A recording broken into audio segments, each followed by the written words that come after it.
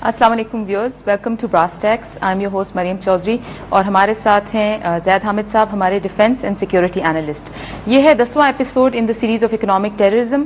पिछले एपिसोड के अंदर जैद साहब ने आपको एस्टैब्लिश किया था फिलोसॉफिकल बैकड्रॉप उन सोल्यूशंस का जिनके जरिए हम काउंटर कर सकते हैं इकोनॉमिक एक्सप्लॉयटेशन के प्रोसेस को। आज हम उन्हीं सोल्यूशंस के ऊपर गुफ्तगू जारी रखेंगे। जैद साहब हमें बताएंगे इंडिविजुअल लेवल से लेके कम्युनिटी लेवल और स्टेट लेवल तक हम क्या कर सकते हैं अपने सिस्टम को चेंज करने के लिए। जैद साहब प्लीज। देखिए भैया, हमने पिछले प्रोग्राम में आपको फिलोसॉफिकल बैकग्राउंड भी दिया था और इस कुफर के ज़ायनिस्ट इकोनॉमिक सिस्टम के वो पिलर्स डिफाइन कर दिए थे कि जिनके ऊपर इसकी बुनियाद खड़ी हुई है, इमारत खड़ी है। आज हम इस सवाल का आपको जवाब देंगे कि क्या इनका इकोनॉमिक मॉडल और हमारा इकोनॉमिक मॉडल को एग्जिस्ट कर सकता है, और अगर नहीं कर सकता तो हमारा मॉडल क्या है। आज हम सॉल्यूशंस की तरफ आएंगे इंशाल्लाह। आज हम इंडिविजुअल लेवल पर एक फर्द जो कर सकता है, देखिए एक फर्द कम नहीं कर सकता, हर फर्द है मिल्लत के मुकद्दर का सितारा। एक शख्स बहुत बड़ा इंपैक्ट क्रिएट कर सकता है अगर अपनी जात में वो तब्दीली ले आए जो उसके इख्तियार में है। यानी हम कोई ऐसा सोल्यूशन नहीं देंगे जो कानून को तोड़ेगा, हम कोई ऐसा सोल्यूशन नहीं देंगे कि जो तसादुम की तरफ लेके जाएगा, हम कोई ऐसा सोल्यूशन नहीं देंगे कि जिसके नतीजे में अनार्की फैलेगी। जो कुछ आप कर रहे हैं इसी में आपको इन सारे अपनी लाइफस्टाइल को तो इंसान कंट्रोल कर सकता है। एक तरतीब देनी है कि आप उन सिस्टम्स की तरफ आना शुरू कर दें जो आहिस्ता आहिस्ता चलेंगे एक कलेक्टिव इकोनॉमिक मॉडल की तरफ कि जो इस्लामिक होगा। हम सबसे पहले कंपैरिजन देना चाहते हैं आपको पॉइंट बाय पॉइंट।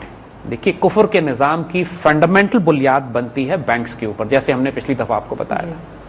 इसका ऑल्टरनेट इंस्टीट्यूशन जो मुसलमानों के पास है वो बैतुल माल का है। बैंक और बैतुल माल में बुनियादी फर्क यह है कि बैंक पेपर करेंसी पर रिबा के निजाम को, मनी लेंडिंग को बुनियाद बनाकर काम करते हैं, चाहे वो सरकारी हो या प्राइवेट। आजकल ज्यादातर बैंक प्राइवेट है। बैतुल माल एक बिल्कुल मुख्तलिफ कॉन्सेप्ट है कि जो स्टेट रिस्पॉन्सिबिलिटी है, एक रियासती इदारा है, एक हुकूमत की जिम्मेदारी है, और उसमें नकदी या करेंसी या सोने और चांदी के सिक्कों के अलावा माल जमा किया जाता है। यानी बैतुल माल में गंदम भी होती है, आटा भी होता है, दाल चावल, हत्ता के ऊंट भी होते हैं, जानवर भी होते हैं। एनीथिंग जिस चीज का ताल्लुक हुकूमत की प्रॉपर्टी से है कि जो मफाद आमा में इस्तेमाल हो सकती है या मखलूक में तकसीम की जा सकती है, ये जिसकी रियल वेल्थ होती है, वो बैतुल माल का हिस्सा होती है। ये बड़े डायमेट्रिकली ऑपोजिट कॉन्सेप्ट्स हैं, बैंक और बैतुल माल। बैतुल माल जाती नहीं होता, बैतुल माल कलेक्टिव नहीं होता, बैतुल माल रियासत का होता है। इसीलिए जब बैतुल माल में दौलत आती है तो वो मुल्क के तमाम मुसलमानों की, तमाम इंसानों की मसावी मलकियत होती है। जो मुस्तहिक होता है, जो हकदार होता है, हुकूमत वक्त फैसला करती है उसमें तकसीम करने। जितने सरकारी टैक्सेस आते हैं, जितनी सरकारी आमदनी होती है, जितने सरकारी ज़कात निकाली जाती है, जितने सरकारी चैरिटी होती है, वो तमाम की तमाम बैतुल माल में आती है और वहां से सेंट्रलाइज्ड डिस्ट्रीब्यूशन होती है। लिहाजा एक फर्द के हाथ में दौलत जमा नहीं होती, दौलत जमा होती है माशरे के नुमाइंदों के हाथ में, अमीर या खलीफा या सुल्तान के हाथ में। इसी तरह इनके इकोनॉमिक सिस्टम की बुनियाद कागज के नोट पे है, उस कागज के नोट पे जिसके पीछे कुछ भी नहीं है, यानी हम कहेंगे जाली रसीदों पे है। और एक मुसलमान इकोनॉमिक सिस्टम की बुनियाद रियल वेल्थ पे है, गोल्ड और सिल्वर पे। कंपैरिजन बराह रास्त आ जाता है। कहीं पे भी अगर पेपर करेंसी जिसके पीछे कोई रियल वेल्थ नहीं है इस्तेमाल होगी तो ये सिस्टम बराह रास्त मुतसादम होगा उस सिस्टम से कि जो फितरत ने, कुरान और सुन्नत ने, अल्लाह के रसूल सल्लल्लाहु अलैहि वसल्लम ने हमें बताया और जिसको हम क्रिएट करने जा रहे हैं। तीसरा, इनकी बुनियाद मनी लेंडिंग पे है, कर्ज पे है, सूद पे है, चाहे वो क्रेडिट कार्ड के जरिए हो, चाहे वो बिजनेस ट्रांजैक्शन के कर्ज हो, चाहे वो पर्सनल लोन हो, होम फाइनेंस हो, कार फाइनेंस हो, इनकी बुनियाद सूद और रिबा के ऊपर। हमारी बुनियाद तिजारत के ऊपर है या कर्ज हसना के ऊपर है। कर्ज हसना उस कर्ज को कहते हैं कि जो दिया जाए इस मोहब्बत और प्यार के साथ कि अगर तुम नहीं अदा कर सकते हो आखिर में तो माफ कर दिया जाए, कोई इंटरेस्ट नहीं, जिसमें कोई इंटरेस्ट नहीं है, कोई सूद नहीं है, कोई रिबा नहीं है, आसान शराइत है। और ये कंडीशन है कि अगर ये तक कंडीशन है कि अगर नहीं दे सकते हो तो तुम उसको, उस सरकारी रियासत या कोई शख्स उसको माफ कर दे। कर्ज है तो कर्ज हसना है, वरना मनी लैंडिंग की जगह तिजारत है। दूसरा, इनका टैक्स इनकम टैक्स है, हमारा टैक्स ज़कात है।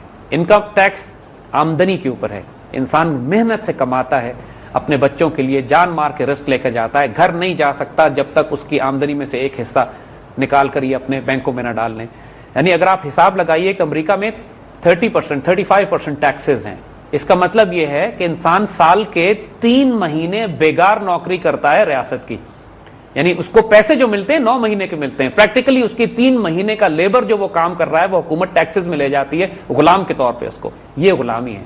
یعنی اس کو وہ آزادی سمجھتے ہیں، اس کو وہ فریڈم سمجھتے ہیں، اس کو ڈیموکریسی سمجھتے ہیں کہ جہاں پہ ہر انسان، جہاں 30%، 20%، 40% ٹیکسز ہیں، وہاں پہ 1/4، 1/3 آمدنی اس کی. اور دوسرے لفظوں میں کہ اگر وہ 1 سال کام کرتا ہے تو 4 مہینے، 3 مہینے اس کی غلامی میں ہوتے ہیں، جس کی کوئی پیسے نہیں ملتے اس کو، وہ ریاست لے کے چلی جاتی ہے. جیسا لیکن ایک پرابلم ہے، اگر وہ لوگ ایسا کرتے ہیں اپنے اس ایکشن کو وہ جسٹیفائی کر لیتے ہیں کیونکہ جو ٹیکس لیتے ہیں وہ واقعی نظر آئے گا کہ ایک ویلفیئر اسٹیٹ ہے، ان کی ہیلتھ ہے، ان کی ایجوکیشن سروسز ہیں، ان کی ٹیکسیبل لوگوں کو نظر آئے گا کہ ہمیں اس کا ریٹرن مل رہا ہے. ہمارے ہاں بے شک وہ چیز دی جاتی ہے لیکن اس کی ریٹرن لوگوں کو نظر نہیں آتی، اس حد تک کہ لوگ زکوٰۃ دینے کو بھی اوائڈ کریں. دیکھیے یہی بات ہے کہ وہاں پر ان کا انکم ٹیکس کا نظام دیکھنے میں تو چمکدار اور آنکھوں کو خیرہ کرنے والا ہے، مگر جو بات ہم آپ کو پہلے تمام پروگراموں میں ثابت کر چکے ہیں کہ ایک کمفرٹیبل لائف سٹائل انہوں نے دکھانے کے لیے اپنی قوم کو ایک دیا ضرور ہے کہ اچھی عمارتیں بنا دی، اچھی سڑکیں بنا دی، لیکن انسان وہاں بھی غلام ہے.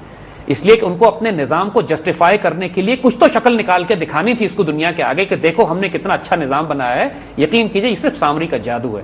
آنکھوں کو خیرہ کرنے والا ڈیزل کرتا ہے یا بلائنڈ کرتا ہے. انسانوں کو حقیقت اسی وقت نظر نہیں آتی کہ یا وہ اندھا ہو جاتا ہے یا اس کی آنکھوں میں اتنی روشنی پڑتی ہے چمک دمک سونے کی، چاندی کی اور مغرب کی اس نظام کی کہ اس کو دیکھنا بند ہو جاتی ہے اس کی آنکھیں.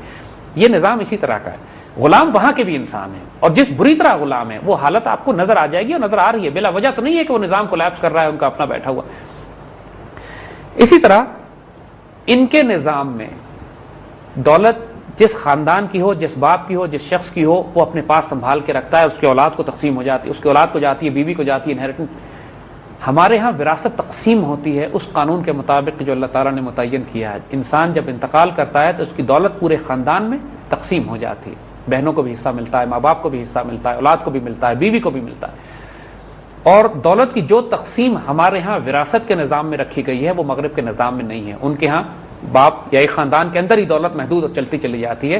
ہمارے ہاں اللہ نے فطری قانون یہ بنا دیا ہے کہ ہر شخص کے انتقال کرنے کے بعد، گزرنے کے بعد، اس دنیا سے جانے کے بعد اس کی دولت معاشرے میں بکھیر دی جائے گی، اس کے رشتہ داروں کو دے دی جائے گی، حتیٰ کہ اس کی ان بہنوں کو دے دی جائے گی. بہنوں کا بھی حصہ ہوتا ہے ایک آدمی کی جائیداد میں، دولت میں، ماں باپ کا حصہ ہوتا ہے.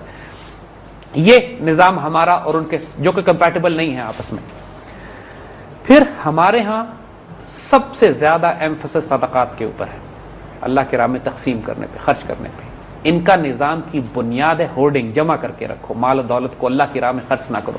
قرآن جو ان کی ڈیفینیشن بتاتا ہے الذین یکنزون الذھب والفضہ، وہ لوگ جو سونے اور چاندی کے انبار جمع کر کے رکھتے ہیں اس کو اللہ کی راہ میں نہیں خرچ کرتے. ہمیں قرآن حکم دیتا ہے یا ایھا الذین آمنوا انفقوا مما رزقناکم، یا جو ایمان لائے ہو خرچ کرو اللہ کی راہ میں. ہمیں انکریج کیا جاتا ہے کہ اللہ کی راہ میں خرچ کرو. یہ انکریج کرتے ہیں کہ سیونگز کرو، بچا کے رکھو، کیونکہ سیونگ کرتے ہیں ان کے بینکس میں آپ، تو بینک اس کو پھر منی لینڈنگ پہ، انٹرسٹ پہ، سود پہ آگے دیتا ہے. خرچ کرنے کے نتیجے میں اگر آپ پیسے اپنے زیادہ جلدی ان بینکوں سے نکالنا شروع کریں تو یہ ناراض ہوتے ہیں. They want long deposits, they want کہ لمبی لمبی سیونگز آپ کیجئے ان کے پاس، سو کالڈ، کہ پیسے کو اللہ کی راہ میں نہ خرچ کریں، پیسے کو سرکولیٹ نہ ہونے دیں معاشرے میں. کیونکہ اسلامک کانسیپٹ یہ ہے کہ پیسہ خون کی طرح ہے جو انسان کے وجود میں گھومتا پھرتا ہے. اگر رک جائے ایک جگہ پہ تو وہاں سور ہو جائے گا، زخم ہو جائے گا، وہ جسم خراب ہو جائے گا. وہاں سے پیسہ معاشرے میں سرکولیٹ کرنا چاہیے، کثرت سے گزرنا چاہیے. تو جیسا کیا اس کا ایکویولنٹ مطلب یہی ہے کہ ہمیں ایک کنزمپشن بیسڈ اکانومی ہونا چاہیے جہاں ہم جو ارن کریں اس کو ہم خرچ کریں اور ایک سائیکل کریٹ کریں؟ وہ ہم بتائیں گے آپ کو، وہ ہم اس کے اوپر آئیں گے انشاءاللہ. دیکھیے اگلا ہی پوائنٹ ہمارا اسی بات کے اوپر ہے. ان کا سسٹم بیس کرتا ہے ڈیزائرز کے اوپر، ہمارا سسٹم بیس کرتا ہے نیڈز کے اوپر. ہم انسانوں کی ضروریات پوری کرتے ہیں، یہ انسانوں میں خواہشات پیدا کرتے ہیں. اس پہ ہم آگے بات کریں گے. چلیں اس پہ ہم ڈسکس کریں گے زید صاحب، لیکن ایک شارٹ بریک کے بعد.